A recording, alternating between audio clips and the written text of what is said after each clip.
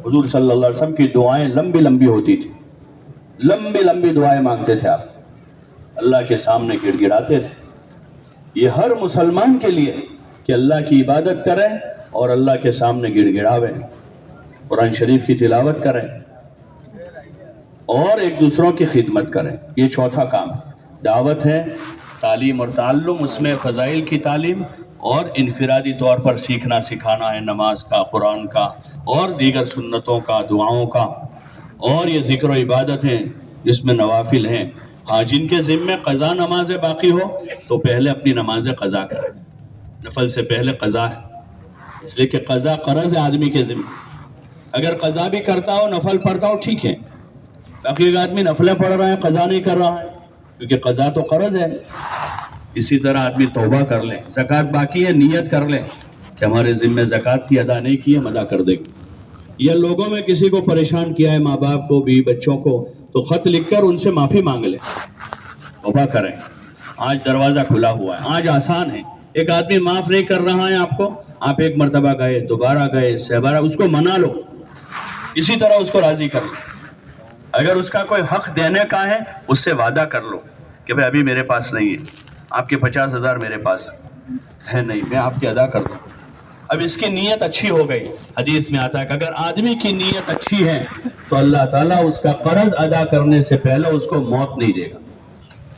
نیت اچھی ہے، لیکن نیت اچھی نہیں ہے تو پھر مقروض مرے گا، اور حدیث میں آتا ہے کہ مقروض کی مغفرت نہیں ہوتی چاہے وہ شہادت کی موت مرے۔ شہادت کی موت مرا، شہید کا مرتبہ یہ ہے کہ پہلے قطرے پر اس کی بخشش ہو جاتی، لیکن اگر قرض کے ساتھ مرا ہے تو آپ فرما رہے ہیں کہ اس کی بخشش نہیں ہوتی۔ اس لیے اگر قرض ہے کسی کا نکلتا ہے، نیت کر لیں، ادا کر دیں۔ ان کو کہہ دیں، کسی کا پیسہ تھا، کسی کی زمین تھی، کسی کا مکان تھا، کسی کی دکان تھی، یا پہلے پارٹنرشپ کی تھی بہت سالوں پہلے، اس میں کچھ غبن کر ڈالا تھا، اس کے پاس جا کر معافی مانگ لیں اور ادا کرنے کی نیت کر لیں، چاہے کتنا بڑا قرضہ ہو۔ حضور فرما رہا ہے کہ اللہ اس کو ادا کیے بغیر موت نہیں دے گا، اللہ ادا کروا دے گا۔ اس سے وعدہ کر دیں کہ ہم آپ کو دے دیں گے، اور جیسے آتا جاوے 1,00,000 1 روپیہ بھی آئے تو اس کو دے دے، یا اور کسی جگہ رکھ دے کہ بھائی یہ قرض میں دینے کا ہے، اس میں ٹال مٹول نہ کرے۔ اسی طرح کسی کو پریشان کیا، ستایا ہے، کسی کی غیبت کی ہے، کسی کی چغلی کھائی تھی، یا اور کسی طرح سے جو اس لائن کے گناہ ہیں، اس میں معافی تافی کریں، ماں باپ سے معافی مانگیں تاکہ معاملہ ہمارا صاف ہو جائے، ورنہ پھر اس کی صفائی قیامت میں، اور وہاں بہت مشکل کام، وہاں بڑا مسئلہ ٹیڑھا ہے، وہاں کوئی کسی کا پرسان حال نہیں ہوگا، کوئی کسی کی سفارش نہیں کر سکے گا اللہ کے حکم کے بغیر۔ ہاں، وہاں نفسا نفسی کا عالم ہوگا۔ اس آخرت کو ذرا سنیں، میدان محشر اور اس کے احوال کو سنیں، تاکہ دل میں نرمی پیدا ہو، معافی مانگنا آسان ہو جائے۔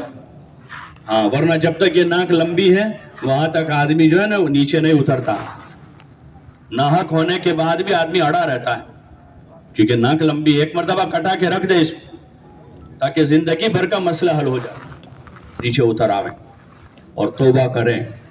اللہ سے بھی معافی مانگنی ہے، بندوں سے معافی مانگنی ہے، ماں باپ سے، بھائی بہنوں سے، بیوی سے، بچوں سے، دوستوں سے۔ یہ اچھی صفت ہے آدمی کی کہ آدمی معافی مانگتا ہو لوگوں سے، یہ اچھی صفت ہے آدمی۔ تو اس لیے اس کیفیت کے ساتھ وہاں پر جو ہے اپنے اعمال کو پورا کرے۔ چاروں قسم کے ان کاموں کو کرنا ہے، نہ کرنے کے کام ہے کہ سوال نہیں کرنا ہے، نہ دل کا نہ زبان کا۔ فضول خرچی بہت بری چیز ہے جو اس وقت عام ہو گئی ہے، گھر گھر میں ہے فضول خرچی، بچے بھی، بڑے بھی، عورتیں بھی، مرد بھی، ایک اس کا عام ماحول بن گیا ہے جس سے بچنے کو کہا تھا۔ بلکہ ایک موقع پر اللہ پاک فرما رہے ان المبذرین کانوا اخوان الشیاطین، کہ فضول خرچی کرنے والے شیطان کے بھائی ہیں۔ کوئی ہم کو ویسے کہے شیطان کا بھائی، کیسا لگے گا؟ ارے کتنا برا لگے گا، ہم ایسا کہتا ہے ہم، لیکن فضول خرچی کر کے ہم اللہ کی زبانی اس کے بھائی بن رہے ہیں۔ اس سے بچنا ہے، ضرورتوں میں لگا ہے، ضرورتیں کھانے کی، پینے کی، سواری کی، ٹکٹ کا کرایہ ہے، دین سیکھنا ہے، اس پر مال لگاویں، سکھانے پر لگاویں، یہ ضروریات ہیں۔ ماں باپ پر لگاویں، مہمانوں پر لگاویں، مسکینوں پر لگاویں، فقیروں پر لگاویں، دینی شعبوں پر لگاویں، جہاں جتنا لگانا ہے دل کھول کے لگاویں، اس لیے کہ اس کا بدلہ لینا ہے قیامت میں، اور جو ضرورت سے زائد اپنے اوپر لگائیں گے اس کا حساب دینے کا ہے، اور حلال کا حساب ہے۔ آپ دیکھیں بھائی ہماری تو حلال کمائی ہے، حلال کمائی میں فضول خرچی نہیں کرنی ہے، اور قیامت میں حلال کا حساب ہے۔ حرام والے تو بائی پاس سیدھے ہی چلے جائیں گے ادھر، ان کو کیا حساب کتاب ہے؟ حلال کا حساب ہے قیامت میں۔ آدمی ہے کہ ہماری تو حلال کمائی ہے اس لیے جو کرنا ہو کرو۔ جماعت میں اس کی مشق ہے کہ آدمی فضول خرچی نہ کرے بلکہ ضرورت پر لگاوے جتنی ضرورت ہے، باقی ہاں مہمانوں کو کھلاوے، پریشان حالوں کی مدد کریں، اس میں جتنا کر سکتا ہے کریں، دین کی خدمت پر لگاویں، علم کی اشاعت پر لگاویں، ان کاموں سے بچاویں۔ ایسے حالات حاضرہ اور سیاسی باتیں، ادھر ادھر کی باتیں، ابھی اس وقت ہر آدمی جو ہے ہر فن کا ماہر ہو گیا ہے۔ سیاست کی بات ہو جائے تو ہر ایک بولتا ہے، کھیل کود کی بات میں ہر ایک بولتا ہے، حالات کی بات ہے ہر ایک بولتا ہے، کوئی دینی کام ہے اس پر ہر آدمی تبصرہ کر رہا ہے کہ ایسا ہونا چاہیے، ایسا نہیں ہونا چاہیے، یہ کرنا چاہیے، وہ کرنا چاہیے، یعنی اس کو کیا کیا کرنا چاہیے وہ میں بول رہا ہوں، لیکن مجھے کیا کرنا ہے وہ تو بول ہی نہیں رہا ہوں۔ اصل ہر آدمی کو یہ سوچوں کہ مجھے کیا کرنا ہے اور کرنا کیا ہے وہ بولنا ہے۔ زیادہ بولنا، کام جو زیادہ کرتے ہو بولتے کم ہیں، آپ دیکھنا دکان پر بھی جو ہے جو کم بولے گا کام زیادہ کرے گا، جو بولے گا کم کام زیادہ کرے گا۔ ہم لوگ ایک ملک میں گئے تو وہاں ایک مسلمان کی بڑی فیکٹری تھی، اس میں وہ یہ درزی کا کام ہوتا تھا، کچھ چیزیں بناتے ہیں جو ہول سیل میں بناتے ہو، تو تقریباً 100-200 آدمی مشین لے کر بیٹھے کام کرو، اور اس میں زور زور سے سنگیت بج رہا تھا، زور زور سے بج رہا۔ تو میں نے مالک مسلمان تھا، ان سے کہا کہ بھائی یہ بند کر دو، بند کر دیا۔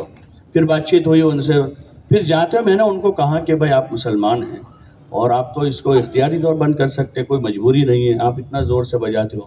بولے اس لیے زور سے بجاتے ہیں کہ باتیں نہ کریں، اس لیے کہ بجتا رہتا ہے تو باتیں سنائی نہیں دی جاتی، اگر یہ بند کر دیتے ہیں تو کام کم ہوتا ہے، اگر وہ بند کر دیتے ہیں تو کام کم ہوتا ہے، اور کام کیوں کم ہوتا ہے کہ باتیں زیادہ کرتے ہیں، تو اس لیے بجاتا ہوں یہ۔ تو یہی ہوتا ہے اکثر کہ جو کام زیادہ کرتے بولتے کم ہیں، وہ اس پر تبصرہ ہو رہا ہے، اس پر ہو رہا ہے، یہ ایسا ہونا چاہیے، اس کو ایسا نہیں کرنا چاہیے، اس نے شادی میں ایسا کر دیا، ان کو ایسے نماز نہیں پڑھانی چاہیے، ان کو ایسی پڑھانی چاہیے، ان کو یہ کرنا چاہیے، ان کو یہ کرنا، تو آدمی بولتا رہتا ہے۔ اور اصل آدمی کو یہ سوچنا چاہیے کہ مجھے کیا کرنا ہے، کہ مجھے کیا کرنا ہے۔ تو پھر آدمی کو وہ سوچے کہ اب مجھے کیا، مسجد میں جا کر سنت پڑھنی چاہیے، کیا کرنا چاہیے، کہ اذان ہو گئے تو مسجد میں جانا چاہیے، کہ باہر باتیں نہیں کرنی چاہیے، اور مسجد میں چلے گئے تب مجھے کیا کرنا ہے کہ سنت پڑھنی ہے، پہلی صف میں جگہ بنانی ہے، آگے جانا پڑے گا، اور اگر وہ نہیں کرے گا تو اذان کے ساتھ آیا ہے لیکن ہوش پر کھڑے کھڑے آدمی باتیں کرے گا، پہلی صف میں نماز نہیں پڑھ سکے گا، نماز سے پہلے کہ سنت نہیں پڑھ پائے گا۔ تو اس لیے ضرورت اس کی کہ فضولیات میں نہ لگے، مشق ہوتی ہے جماعت میں، ہاں ان ساری چیزوں کے لیے بھیجا جاتا ہے، اس لیے کوشش کریں اور اطاعت کے ساتھ چلیں، اپنے ساتھیوں کی خدمت کریں، بستی والوں کی خدمت کریں، اور اپنی ضرورتوں میں کم وقت لگا، کھانے پینے میں، سونے میں، جائز ضروریات میں، ضروری بات چیت میں کم وقت لگا، اور زیادہ وقت دعوت میں، دین سیکھنے سکھانے میں، عبادت میں، ذکر میں، خدمت میں لگا، تو پھر انشاءاللہ ایک بات اندر پیدا ہوگی، زندگی بدلے گی، اپنی جہالت کا اعتراف ہوگا، اپنی غفلت پر رونا آئے گا، آدمی واپس روتا ہوا آئے گا، روتا ہوا کہ زندگی ہم نے برباد کر دی، بہت گناہ کیے۔ آدمی ہر وقت اسی میں رہے گا اور آئندہ زندگی برباد کرنے سے بچے گا۔ کریں گے انشاءاللہ یہ سارے کام جو گھر جا رہے ہیں ان کو بھی کرنے، ان کو گھر پہ کرنے، اور جانے کی تیاری کرنی ہے، دعوت دینی ہے، مسجد اور جماعت میں بیٹھنا ہے، تعلیم سننی ہے، سنتوں کی مشق کرنی ہے، نمازیں پڑھنی ہے، درود شریف پڑھنا ہے، ذکر کرنا ہے، اپنی زندگی سنوارنی ہے، توبہ کرنی ہے، معافی مانگنی ہے، اپنے گھر میں ماحول بنے، اس کے لیے گھر میں تعلیم کریں، اپنے بیوی بچوں کو لے کر بیٹھیں، سمجھاویں ان کو، ہم خود کچھ سمجھیں گے تو ان کو سمجھائیں گے، اس لیے خود سمجھیں، مسجد کے ماحول میں، تعلیم کے حلقوں میں، دھیرے دھیرے ہمارے اندر سمجھ آئے گی، وہی باتیں گھر جا کر بیوی بچوں کو سمجھاویں، گھر میں تعلیم شروع کر دیں، بچوں کی تربیت اچھی کرنی، ہاں اصل جو ذمہ داری ہے بچوں کو دین سکھانے کی ذمہ داری ہے، اَيَعَلِّمُهُمُ الدین، دین سکھانے کے، اور اس کے ساتھ جو دنیاوی ہنر فن ہے ان کو اتنا سکھا دیں کہ وہ کسی کے محتاج نہ رہے. خالی ان کو اس واسطے کہ بھائی ہمارا بچہ بھی کالج پڑھتا ہے اس وجہ سے کالج تھوڑا بھیجنا ہے، میری لڑکی بھی کالج پڑھی ہوئی ہے، گریجویٹ ہے، اس کے لیے بھیجنا ہے. پھر وہ جو بھی کرے وہاں جا کر وہ آوارگی کرے، عیاشی کرے. بلکہ پہلی فکر یہ ہوگی میرا بچہ، میری بچی جو ہے ایمان والا ہو، ایمان والی ہو، اس کی آنکھوں میں حیا ہو، اس کی جسم میں حیا ہو، عبادت کے پابند ہو. یہ اولاد ہے میری، ان کو نماز سکھانا. 7 سال کی عمر سے آپ علیہ السلام نے فرمایا بچوں کو نماز کا حکم دو، یعنی ان کو ترغیب دو، کہو کہ بیٹا نماز پڑھو، وضو کرو. اور 10 سال کی عمر میں آپ نے فرمایا نماز نہ پڑھنے پر تنبیہ کرو تاکہ وہ نمازی بن جائے، گھر میں کوئی بے نمازی نہ رہے، ان کی تربیت کریں. ہاں وہ ایک ماحول ہے جس ماحول سے ہم کوسوں دور ہیں، بہت دور ہیں. یہ غم کی بات ہے، فکر کی بات ہے، اور اس کی وجہ جو ہے ہماری سستی ہے اور کوئی چیز نہیں. اگر جن ماں باپ نے اس کی فکر کی ان کے گھروں میں ان کے بچے نمازی ہو گئے، ان کے اندر دین آنے لگا. جنہوں نے مزید فکر کی ان کے بچے حافظ بن گئے، عالم بن گئے، دین کے خدمت گزار بن گئے، دینی شعبوں میں خدمت کرنے والے بن گئے. اور باقی روزی روٹی ہے، اللہ نے حکم دیا کہ حلال روزی حاصل کریں، اس کے اسباب آدمی اختیار کریں، حلال طریقے. بچوں کو بھی وہی راستہ بتائیں کہ ان کو حلال روزی کمانے کا راستہ بتائیں، ان کو وہ سکھا دیں کہ وہ حلال روزی حاصل کر کے اپنی ضرورت پوری کریں اور اپنے ذمے جو حقوق ہے وہ حقوق ادا کریں، اور اس کے ساتھ وہ دین کے داعی ہوں، دین کی محنت کرنے والے ہوں. تو باپ کی یہ صحیح سمجھ ہے، اچھی سمجھ ہے. ورنہ بس ویسے ہی خالی ان کو چھوڑ دیا کسی بھی کالج میں، کسی بھی یونیورسٹی میں، وہ وہاں جا کر کیا پڑھ رہا ہے؟ دین پڑھ رہا ہے، بے دینی پڑھ رہا ہے، وہ ایمان پڑھ رہا ہے، کفر پڑھ رہا ہے، وہ وہاں پر حضور کے طریقوں کے خلاف کی زندگی گزار رہا ہے، یا آپ کے طریقوں پر کوئی پرواہ نہ کی گئی، تو پھر یہ اولاد جو ہے ماں باپ کے لیے وبال بنے گی، دنیا میں بھی وبال بنے گی اور آخرت میں بھی وہ نجات کا ذریعہ نہیں بن سکتی. اس لیے فکر کریں، گھروں میں تعلیم کا ماحول بناویں، ہفتہ واری تعلیم کے حلقے قائم کریں، مسجد وار جماعتیں، فکر مند ہو اس معاملے میں. استعداد نہیں تو استعداد بناویں. ہاں یہ مسجد وار جماعتوں کے ذمے ہیں کہ ہر محلے کے یعنی 40-50 گھروں پر ایک تعلیم کا حلقہ قائم ہو، تاکہ مستورات آپس میں جمع ہو کر ہفتے میں ایک دن مسجد وار جماعت کے مشورے سے ایک نظام بنے تعلیم کا اور دعوت دینے کا، ایک دوسروں کو سمجھانے کا. اور ہر مسلمان کے گھر میں حضور علیہ السلام کی مبارک باتیں پڑھی جا رہی ہو، سنی جا رہی ہو، قرآن کی تلاوت ہو رہی ہو، اللہ کا ذکر ہو رہا ہو، 5 وقت نمازیں ہو رہی ہو، آپس میں محبت مودت کے ساتھ میاں بیوی اور ماں باپ اور اولاد اور بھائی بہن رشتہ دار آپس میں محبت مودت کے ساتھ ایک دوسروں کے حقوق کی ادائیگی کے ساتھ رشتہ داروں کے ساتھ صلہ رحمی کے ساتھ زندگی گزار رہے ہو. اسی کی تعلیم ہے، اس میں اسی کی ترغیب ہے. جہاں ایک طرف نماز روزوں کی ترغیب ہے، وہاں فضائل صدقات میں ماں باپ کے حقوق، پڑوسیوں کے حقوق اور اپنا مال اور جان لوگوں پر خرچ کرنے کے فضائل ہیں. اس سے رغبت پیدا ہوتی، ایثار اور ہمدردی ہے اس میں، ایثار اور ہمدردی کی حدیثیں ہیں، صحابہ صحابیات کے واقعات ہیں. اس کو گھر گھر میں پڑھا جانا چاہیے. مسجدوں میں اس کا حلقہ قائم ہو کر مسجد میں پڑھا جائے، آنے والے مصلی اس کو سن رہے ہیں، گھروں میں پڑھا جا رہا ہے، گھروں میں عورتیں سن رہی، بچوں کو سنا رہی ہیں، اور ان کا ہدف، ان کی نیتیں بدل رہی ہیں. اندر سے حرص، طمع اور لالچ نکل کر ان کے اندر ایثار کا جذبہ پیدا ہو رہا ہے. حضور علیہ السلام نے یہ جذبہ پیدا کیا امت میں. انصاف تو فرض ہے، انصاف کرنا تو فرض ہے کہ ہر آدمی انصاف کے ساتھ رہے، بیوی بچے ماں باپ بھائی بہن رشتہ دار انصاف کے ساتھ رہے آدمی، اور مزید احسان کرے. انصاف سے اوپر ہے یہ کہ آدمی احسان کرے، اور اس سے اوپر ایثار کرے. آپ نے ایثار سکھایا کہ خود بھوکے رہ کر دوسروں کو کھلا دیا، خود پیاسے رہ کر دوسروں کو پلا دیا، بلکہ پیاسے جان دے دی. مشہور قصہ ہے وہ 3 صحابہ کا کہ پیاسے انہوں نے جان دے دی، لیکن اپنے بھائی سے پہلے پانی پینا پسند نہیں کیا. یہ ہمارا مسلمان، حالانکہ کوئی قریبی رشتہ داری نہیں تھی ان کی، مسلمان بھائی تھے۔ حضور علیہ السلام نے مہاجر اور انصار کو بھائی بنایا، اسی سے بنیاد ڈالی آپ نے۔ اسلام کی بنیادوں میں بھائی چارہ ہے، قومیت نہیں ہے، کسی قسم کا تعصب اور واد نہیں ہے، بھائی چارہ ہے۔ یہ بھی ہمارا بھائی ہے، وہ بھی ہمارا بھائی ہے، یہ بھی ہمارا بھائی ہے، چاہے سید ہیں، پٹھان ہیں، چاہے وہ ملک ہیں، یہاں کا ہے، وہاں کا ہے، کسی اور صوبے کا ہے، کلمہ گو ہے، وہ ہمارا بھائی ہے۔ آپ علیہ السلام نے یہی فرمایا، کونوا عباد اللہ اخوانا، کہ اللہ کے بندے اور آپس کے بھائی بن جاؤ، آپس میں بھائی ہیں۔ سلام تو کر سکتے ہیں، مسکراتے چہرے مل تو سکتے ہیں، کوئی کھانا کھلانے کی سخت نہیں ہم میں، تو سلام تو کر سکتے نہیں کر سکتے؟ ارے بولو نا بھائی، تو کریں گے انشاءاللہ سلام۔ آپ نے فرمایا جس کو جانتے ہو اس کو بھی، نہ جانتے ہو اس کو بھی سلام، زور سے سلام کر۔ اور جیسے میں نے ابھی خالی یوں کرنے سے سلام نہیں ہوتا، بلکہ زبان سے آدمی ادا کرے السلام علیکم ورحمۃ اللہ وبرکاتہ، اور جس کو سلام کیا گیا ہے اس کے ذمہ تو واجب ہو جاتا ہے کہ وہ جواب دے۔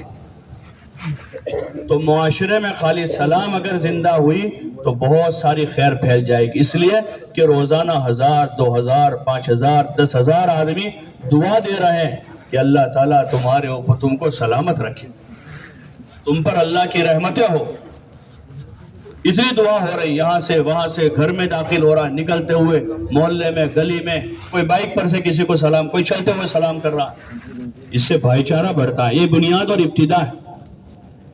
اور عمل بتایا آپ نے کہ ایک دوسروں کو ہدیہ دو، محبت بڑھے گی، ہدیہ دو، محبت بڑھے گی۔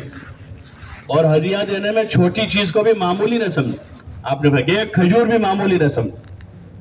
ہدیہ دینے کے ضرور بھی 1,00,000 روپیہ ہدیہ دے، 1,000 روپیہ دے، 500 دے، جیسی جس کی جو سکت۔ شوہر اپنی بیوی کو ہدیہ دے، بیٹا ماں کو ہدیہ دے، بیٹا اپنے باپ کو ہدیہ دے، جوان ہو گیا، کماتا ہو گیا ہے۔ رواجی طور پر تو لوگ لاکھوں روپے لگاتے ہیں کہ شادی میں لاکھوں لگا دیں گے، اس تہوار کے جو رواج ہیں اس میں لاکھوں لگائیں، لیکن محبت بڑھتی نہیں ہے، اس لیے کہ وہ سنت کے خلاف رواجوں پر لگ رہا۔ اور جو لوگ آپس میں، غریب لوگ ہیں بازے، ان کے پاس زیادہ پیسہ نہیں ہے، لیکن آپس میں دال چاول کھلاتے ہیں ایک دوسروں کو محبت سے، تو ان کو محبت بڑھ جاتی، کبھی لڑتے نہیں۔ اور یہاں بیوی کو لاکھوں روپے دے دیے لیکن محبت نہیں ہو رہی، اس لیے کہ وہ ہدیے کے طور پر نہیں دیے، وہ تو رواج کے ہیں، وہ دیے ہیں۔ بہو کو پوری یعنی زیوروں سے لدا دیا پورا، لیکن وہ محبت سے نہیں رہ رہی ہے۔ داماد کو جہیز میں 1 کروڑ روپیہ دیا، لیکن 2 دن بہو کو رکھنے تیار نہیں، تو وہ ہدیہ نہیں ہے، وہ تو رواج پر لگ رہا ہے۔ حضور کی سنت جو ہے ہدیہ ہے، کہ ہدیے میں کوئی غرض نہیں ہوتی، کوئی غرض، بس سامنے والے کا جی خوش کرنے کے لیے آدمی نے 5 روپے دیے کہ مجھے آپ سے محبت ہے۔ آدمی نے دال روٹی کھلا دی، انہیں دال روٹی کھلائی، زیادہ کھانا نہیں تھا اس کو، بلایا، محبت سے کھلایا، دل ان کے لیے صاف، کھا کر گیا تو اس کی اچھی بات کی، یہ نہیں کہ مرغ مسلم کھلایا اور واپس نکلا اور یہاں اس کی غیبت ہو رہی ہے، تو کیسے محبت بڑھے گی؟ اس لیے اپنے ماحول میں اس کی کوشش کریں، سلام کریں، کھلاوے پلاوے، جیسی استعداد ہے ہدیہ دیں، لیکن کسی سے ہم اس کی امید نہ رکھیں کہ بھئی مجھے ہدیہ دیں، دینے کے لیے، لینے کے لیے نہیں۔ ہاں پھر وہ خوشی سے دیں تو اس کے آداب ہیں لینے کے بھی، وہ خوشی سے دعوت دیں تو اس کے آداب ہے قبول کرنے کے، لیکن ہم خوشی سے دعوت دیں، کھلاویں۔ آپ نے اس کی ترغیب دی، اطعم الطعام، کے کھانا کھلاؤ، اپنے بھائی کو اپنے گھر بلا کر کھلایا، کبھی بہنوں کو بلا کر کھلایا، کبھی چچا زاد بھائیوں کو بلا لیا، کھانا کھلایا۔ لیکن ان محرم رشتہ داروں کی ملاقاتوں میں بھی شریعت کا خیال کریں، اس لیے کہ بہت سے جو خاندان میں ہیں، خاندان کے لوگ ہیں، رشتہ دار ہیں، لیکن وہ غیر محرم ہوتے، جیسے ہماری چچا زاد بہن ہے، خالہ زاد بہن ہے، پھوپھی زاد بہن ہے، بہن عرف میں بہن کہتے ہیں، حالانکہ وہ بہن نہیں ہے، اس سے تو شادی کر سکتے ہیں، اور بہن سے کوئی شادی کر سکتا ہے، سکی بہن سے نکاح نہیں ہوتا، لیکن عرف میں ان کو بہن کا بھائی چچا زاد بہن ہے تو ٹھیک ہے وہ، لیکن ان کے ساتھ آدمی بغیر پردے کے آمنے سامنے نہیں ہو سکتا، بے تکلف باتیں نہیں کر سکتا ان سے. گھروں کی جو آمد و رفت ہے ہماری، اس میں خیال کرنا چاہیے اس کا، اس لیے کہ سب سے زیادہ گناہ وہی ہوتے ہیں. چچا زاد بہن ہے، ماموں زاد بہن ہے، کوئی پردہ نہیں ہے اور کسی کو کوئی شک بھی نہیں ہے. بھائی پرائی عورت ہوگی تو کوئی شک کرے گا، کوئی پوچھے بھائی کوئی کہاں جا رہے ہو، کیوں آئے ہو. اور یہاں تو چچا کے گھر روزانہ جاتے ہیں. بھائی کہاں جا رہے کہ چچا کا گھر ہے، کون پوچھے گا بالکل. ماموں کا گھر ہے، پھوپھی کا گھر ہے، خالہ کا گھر ہے. یہ دین ہے ہمارا، ورنہ اس راستے سے بے دینی پھیلے گی. ہاں خالہ جو ہے وہ محرم، پھوپھی محرم ہے، لیکن پھوپھی کی بیٹی غیر محرم ہے. اس کا شعور پیدا ہونا چاہیے معاشرے میں. جب تعلیم ہوگی تو اندر پتہ چلے گا کہ ازواج مطہرات بھی پردہ کرتی تھی. ان کو حکم دیا گیا تھا، ان کو کہا گیا وقرن فی بیوتکن کہ اپنے گھروں میں قرار پکڑی رہو. ان کو یہ کہا گیا ازواج مطہرات. حضور علیہ السلام کی بیٹیوں نے پردہ کیا. جو سب سے بڑے باپ کی بڑی بیٹیاں تھی، وہ حضرت فاطمہ رضی اللہ عنہ جنت کی عورتوں کی سردار ہے، سب سے بڑے باپ کی بیٹی ہیں. حضرت علی رضی اللہ عنہ کی بیوی ہے اور حسنین کی ماں ہے. کتنے ساری ان کو فضیلتیں حاصل ہیں، جنت کی عورتوں کی سردار ہیں، لیکن انہوں نے پردہ کیا. تو ہماری بیٹی، ہماری بہو ہے، ہماری بہن ہے، ہماری خالہ پھوپھی ہے، تو ان کو اس کا شعور پیدا کر ہوگا تعلیم کے حلقوں سے کہ گھروں میں تعلیم ہو رہی ہے. حضرت فاطمہ کے، حضرت رقیہ کے، حضرت ام کلثوم کے اور حضور کی ازواج کے، صحابہ صحابیات کے اور امت کی نیک بندیوں کے قصے حضرت شیخ نے ان کی عبادت کے، ان کے زہد کے، ان کے صدقہ خیرات کے اور ان کے اثار اور ہمدردی کے قصے لکھے. وہ ان کو سناویں، ان کا شعور بیدار کریں اور اسلام ان کے سینوں میں اتارنا ہے کہ اسلام حق ہے، سچ ہے، یہ ہمارا دین ہے. وہ اپنے دین پر اگر گھر کے ماحول میں اسلام کی خوبیاں اس کے دل میں اتاری گئی ہیں تو اس کو کسی بادشاہ کے ساتھ بھی نکاح کا موقع ملے گا اور وہ غیر مسلم ہوگا تو اس کو ٹھکرا دے گی کہ ہم اس کو پسند نہیں کر سکتے. اسلام کے علاوہ گندگی ہے، وہ کیسے جا سکتی ہے؟ لیکن اس کے دل میں ماں باپ نے اسلام نہیں اتارا ہے، ایمان کی محبت نہیں اتاری ہے، تو کسی کی محبت میں ایمان چھوڑ دے کیسے ہو سکتا ہے؟ یہ ہماری کوتاہی ہے. اور یہ تعلیم کا عمل ہے اس کے لیے. یہ آسان چیز ہے، گجراتی میں پڑھ لے گھر میں، اردو میں پڑھ لیں، ہندی میں پڑھ لیں، جو زبان جانتے اس میں پڑھیں وہ. لیکن مسجد کی جماعت گھر گھر جا کر لوگوں کو سمجھاوے یہ بات، یہ ہمارے ذمے ہے. مسجد کی جماعت سے مقصود جو 5-10 آدمی بیٹھتے وہ نہیں ہے، ہر مسلمان جو اللہ کا بندہ حضور صلی اللہ علیہ وسلم کا امتی ہے وہ مسجد کی جماعت کا ساتھی ہے. مسجد کی جماعت کا مطلب یہ کوئی مسجد کمیٹی نہیں ہے کہ 10 آدمیوں کے بعد 11ویں آدمی کی گنجائش نہیں ہو سکتی. یہ تو جماعت ہے مسجد کی. جیسے حضور علیہ السلام کی مسجد میں ابو بکر و عمر بھی تھے، عثمان و علی بھی تھے، عبد الرحمن ابن عوف جو بہت بڑے تاجر تھے وہ بھی تھے، حضرت بلال بھی تھے. اس سب مل جل کر کوشش کر رہے ہیں، فکر کر رہے ہیں. ایک تھوڑی مدت میں پورے مدینہ کا ماحول بدل گیا اور پھر وہاں سے وہ ماحول نکل کر پورے جزیرۃ العرب میں پہنچا اور پورے جزیرۃ العرب میں جہاں عبادت گئی وہاں حضور والا معاشرہ گیا. پورے جزیرۃ العرب میں پردہ گیا. آج بھی اس کے اثرات ہیں وہاں. اور اس کے باہر جہاں صحابہ گئے وہاں کہ وہاں کی عورتوں میں آج بھی اچھا پردہ ہے. وہ تو ٹھیک ایک طبقہ ہے کہ موجودہ دنیا اور دنیاوی زیب و زینت سے متاثر ہو کر باہر آ گیا ہے، ورنہ آج بھی بڑی خیر ہے ان ملکوں میں بھی. وہاں ایسے لوگ ہیں آج بھی جو اسلام پر عمل کرنے والے ہیں. وہ ایک مبارک زندگی ہے جو مسجد کی جماعت کے راستے سے چلائی جا رہی. اس میں تاجر بھی ہو، مزدور بھی ہو، ملازم بھی ہو، سیٹ صاحب بھی ہیں اور بہت بڑے آفیسر صاحب ہیں، وکیل صاحب ہیں، ڈاکٹر صاحب ہیں، سب آپس میں مل جل کر بیٹھے. حضور صلی اللہ علیہ وسلم اپنے پیچھے ایک امت چھوڑ کر گئے ہیں. آپ کوئی قوم چھوڑ کر نہیں گئے بلکہ قومیت کو اپنے پیروں تلے دفن کر کے گئے. اور آپ نے فرمایا کسی عربی کو عجمی پر فضیلت نہیں ہے اور کسی عجمی کو عربی پر فضیلت نہیں ہے، یہ قومیت ہے. آپ امت بنا کر گئے ہیں. آپ یہ فرما کر گئے ان اکرمکم عند اللہ اتقاکم کہ تم میں اللہ کے وہاں معزز وہ ہیں، عزت والا وہ ہے جو اللہ سے ڈرنے والا ہے. وہ اللہ کے وہاں عزت والا ہے. اللہ کے وہاں مال پیسہ معیار نہیں ہے، وہاں ڈگری عہدہ معیار نہیں ہے کہ آدمی کے پاس بڑی ڈگری ہے تو عزت والا ہو جائے گا. اللہ کا معیار تقویٰ ہے، دین ہے.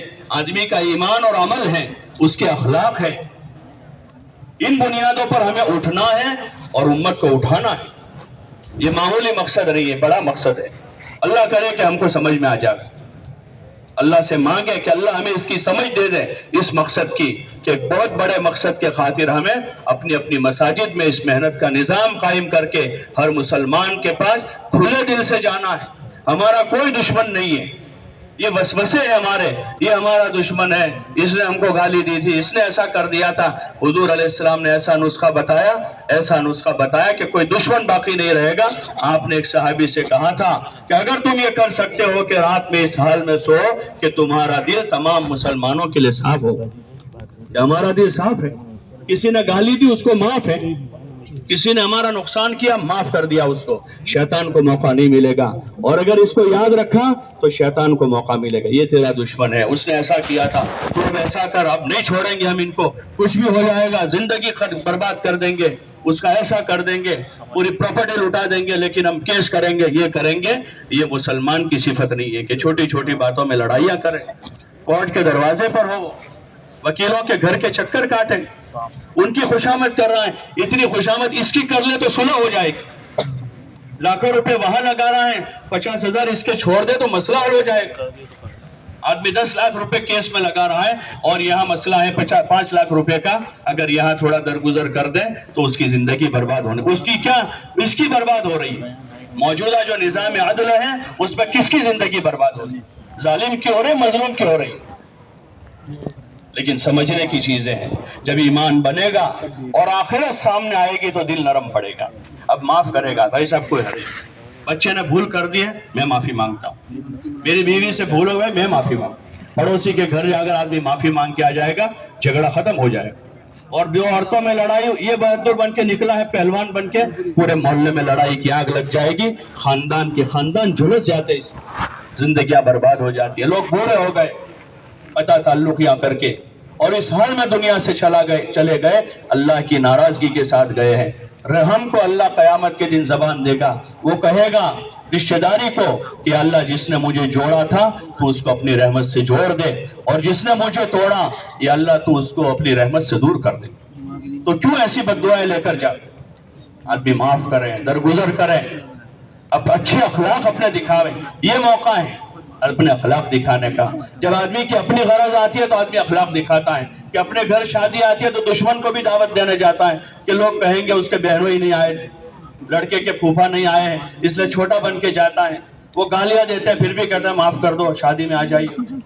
اپنی غرض ہے کہ قوم برا کہیں گے اس لیے تو چھوٹا بن گیا، اور اللہ کی اتنی وعیدیں ہمارے اوپر آ رہی ہے، اس کا اتنا عذاب ہمارے اوپر آ رہا ہے، اور ہم چھوٹے بننے کو راضی نہ ہو، یہ عقل مندی نہیں ہے۔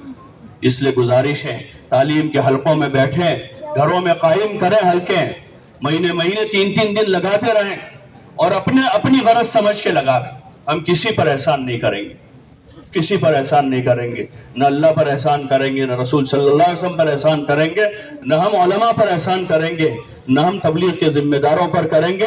ہم کریں گے تو اپنے اوپر احسان کریں گے، اپنے اوپر احسان ہے، اس لیے اپنے اوپر رحم کھائیں اور اس محنت کو سمجھنے کی کوشش کریں۔ آپسی چھوٹی چھوٹی رنجشوں کی وجہ سے، معمولی چیزوں کی وجہ سے ہم اس محنت سے دور نہ ہٹیں، اللہ کا گھر نہ چھوڑیں۔ نماز سے، تعلیم سے، دین کے کام سے آدمی دور ہو رہا ہے، کس کا نقصان؟ اپنا ہی نقصان۔ عقل مند آدمی اپنا نقصان نہیں کرتا، وہ اپنے اوپر قابو کرتا ہے، اپنے اوپر قابو کرتا ہے اور اپنے آپ کو کام میں لگاتا ہے، اور اللہ کے سامنے روتے دھوتے رہیں، اللہ کے سامنے روتے دھوتے رہیں۔ جو بنیادی فرائض ہے، نماز ہے، رمضان کا مہینہ آگے آئے گا، روزہ ہے، صاحب مال لوگ ہیں ان پر زکوٰۃ ہے۔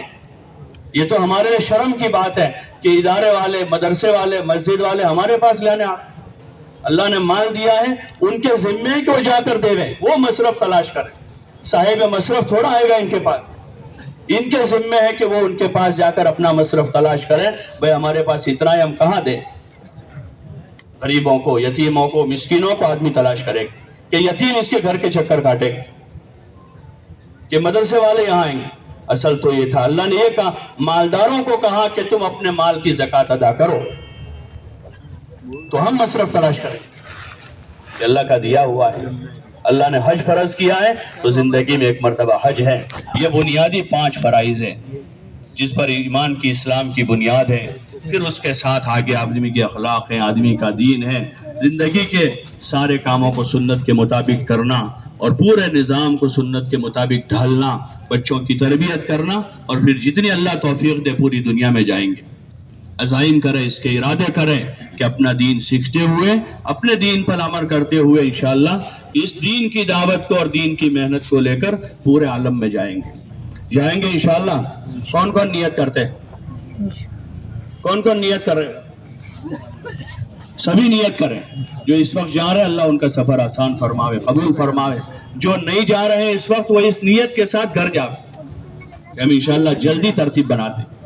آج سے کام، مقامی کام تو شروع کر دیں گے کہ شام سے ہی نماز کا اہتمام، تعلیم اور گشت شروع کر دیں گے، اور باقی 3 دن کا اپنا ہفتہ طے کر کے 3 دن شروع کریں گے، اور پھر آگے چلہ 4 مہینے کے اللہ سے مانگیں گے. مہینے میں، 2 مہینے میں، 3 مہینے میں ترتیب بنا کر انشاءاللہ ہم 4 مہینے لگائیں گے انشاءاللہ. کون نیت کر کے جا رہا ہے کہ جلد از جلد 4 مہینے لگائیں گے؟ اللہ سب کے لیے آسان فرمائے، قبول فرمائے.